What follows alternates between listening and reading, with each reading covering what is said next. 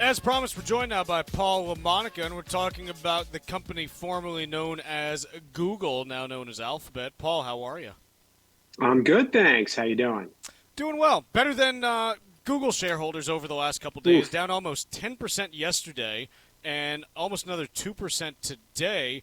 And this was on the back of an earnings report that didn't look awful, I guess is the best way I would describe it. I mean, it wasn't blowing expectations out of the water, but it was still better than consensus expectations. Is this a story of this just being priced in? Is it they're not doing enough on AI, which may or may not actually be profitable for anyone? What's the deal?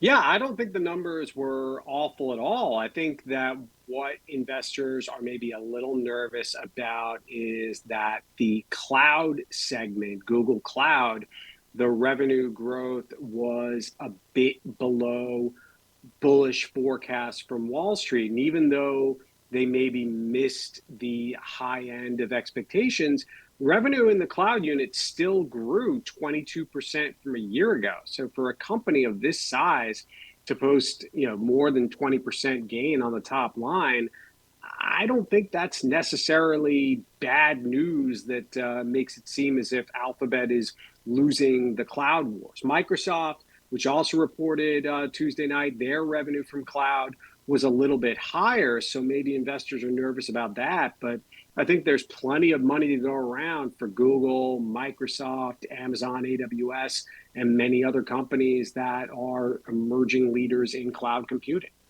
Paul, how much of this is also just what we've seen for the valuations of a lot of these companies in terms of how their PEs have moved over the course of the year? Most of these, I won't say they started off cheaply because they didn't really, but just as an example, when we look at Google, at the start of the year, they were trading somewhere in the ballpark of around 18 times earnings, then they got up to around 28. Were they just flying too high? I mean, I know Microsoft is still valued steeply, but we've seen the same story with NVIDIA and Amazon and Apple and Tesla and that whole Magnificent Seven. Yeah, the earnings have been good, but it's been a multiple expansion story more than anything else. And are those chickens just coming home to roost with higher rates now?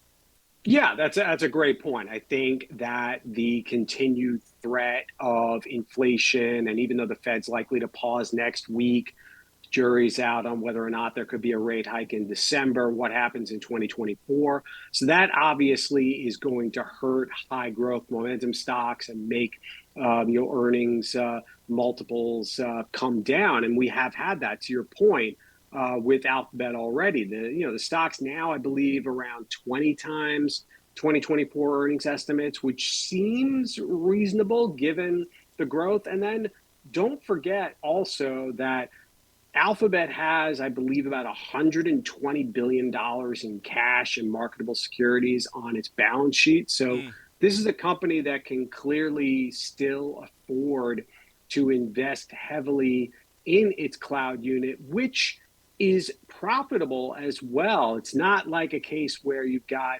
Meta, which is getting hit today on concerns about growth, that is throwing all this money at its Reality Labs metaverse business that is still bleeding red ink. The cloud business is highly profitable for Alphabet, for Amazon, for Microsoft.